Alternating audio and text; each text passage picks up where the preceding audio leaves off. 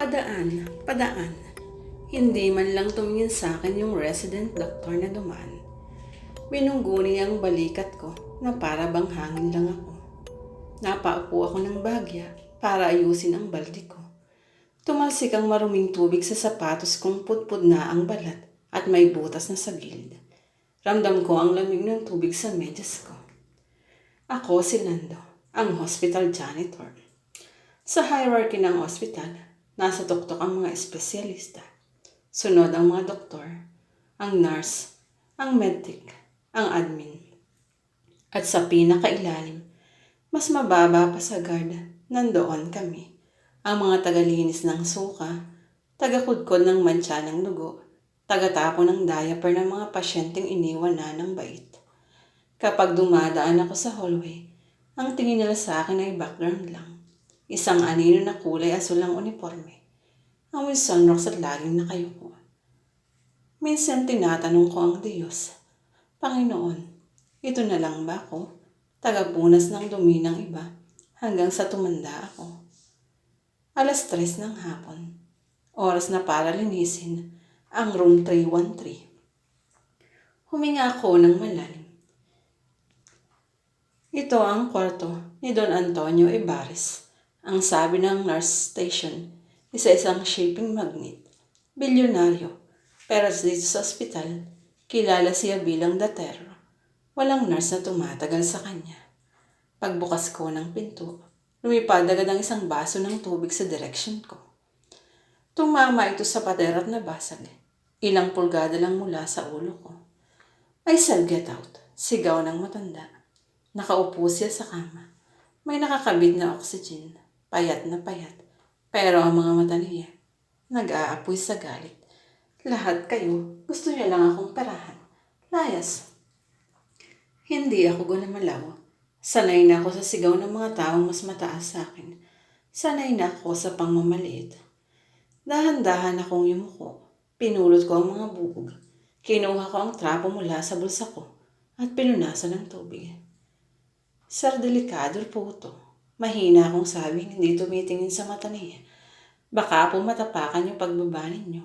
Masugatan pa kayo. Wala kang pakialam. Bulyaw niya. Janitor ka lang. Anong alam mo sa nararamdaman ko? Huminto ako sa pagpupunas. Tumayo ako at tinignan siya. Sa likod ng galit niya, nakita ko ang isang bagay na pamilyar sa akin. Takot at sobrang lumbay. Opo, sir. Janitor lang po ako. Sagot ko ng may respeto. Wala po akong alam sa medisina. Pero alam ko po kung paano maglinis ng kalat. Kaya hayaan niyo na po akong linisin to. Para kahit paano, gumaan naman ang paligid niyo. Natigilan siya. Bumuka ang bibig niya para sumigaw ulit. Pero walang lumabas. Siguro sa buong buhay niya, nasanay siyang sinasamba siya dahil sa pera niya o kinatatakutan dahil sa kapangyarihan niya. Hindi siya sanay sa isang taong hindi natitinag, hindi dahil matapang, kundi dahil nagmamalasakit. Mula noon, naging ritual ko ng pagpasok sa room 313. Hindi na lang ako tagalinis. Ako na ang tagapuslit ng Skyflex kapag ayaw niya ng matabang na lugaw ng ospital. Ako ang tagabukas ng bintana para makita niya ang sunset. Nalaman ko ang kwento niya. Hindi pala siya galit sa mundo dahil masama siyang tao. Galit siya dahil iniwan siya ng mundo. Patay na ang asawa niya. Ang 3 anak niya nasa Europe at US. Abala sa pagpapalago ng imperyong itinayo niya. Alam mo, Lando, sabi niya isang gabi, nanginginig ang kamay niya habang hawak ang isang tasa ng tsaa na tinimpla ko. Akala ko dati, tagumpay ang tawag kapag kaya mong bilhin ang lahat ng gusto mo. Tahimik lang akong nakikinig sa kanya. Umiling siya. Mali pala. Ang tunay na tagumpay, yung may hawak sa kamay mo kapag nanginginig ka sa takot.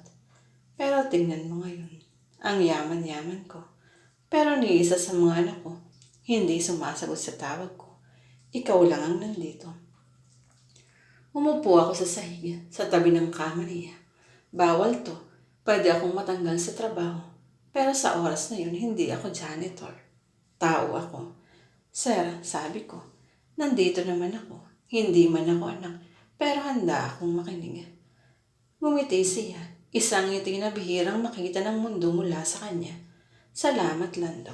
Ikaw lang ang tao dito na hindi tumitingin sa akin bilang checkbook. Napangiti ako. Hanggaan sa loob na marinig yun mula sa kanya. Hanggang lumipas ang 2 buwan. Isang Martes ng umaga.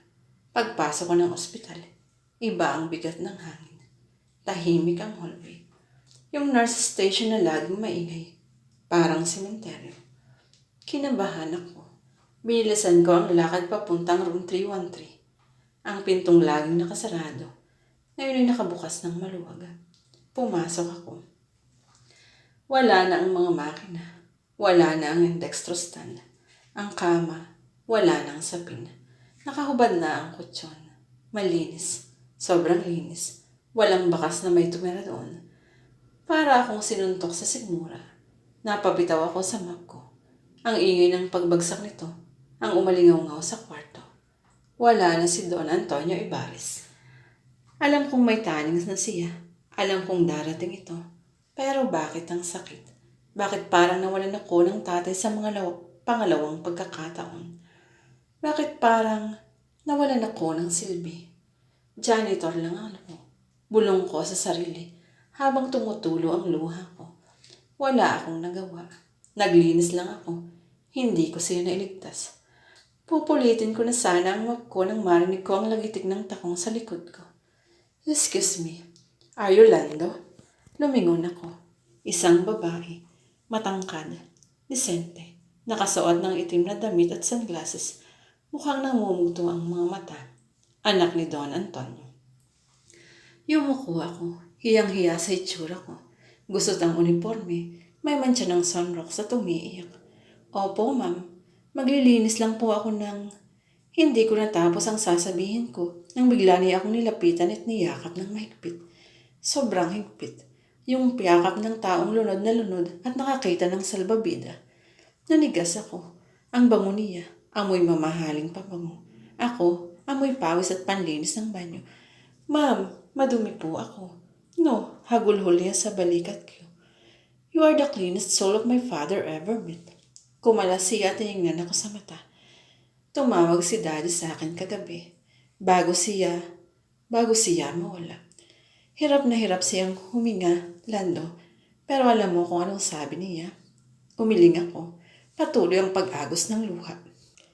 Sabi niya, anak, huwag kayong mag-alala. Hindi ako nag-iisa. Nandito ang kaibigan ko. Nililinis niya ang takot ko. Napahawak ko sa bibig ko para pigilan ang hikbi. Sa loob ng maraming taon, galit si Daddy sa mundo. Pero nung huling gabi niya, payapa siya. At ikaw ang dahilan. You did what millions of pesos couldn't do. You gave him peace. May inabot siyang makapal na brown envelope sa akin. Mabigat. Bilin ito ni Daddy.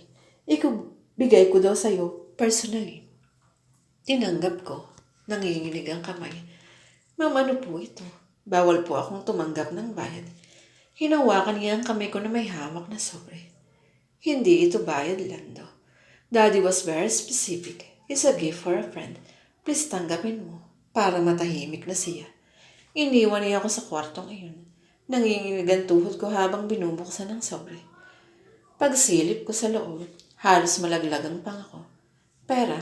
Isang makapal na tumpok ng pera. Mga bagong 1,000. Kulay asol. Malutong.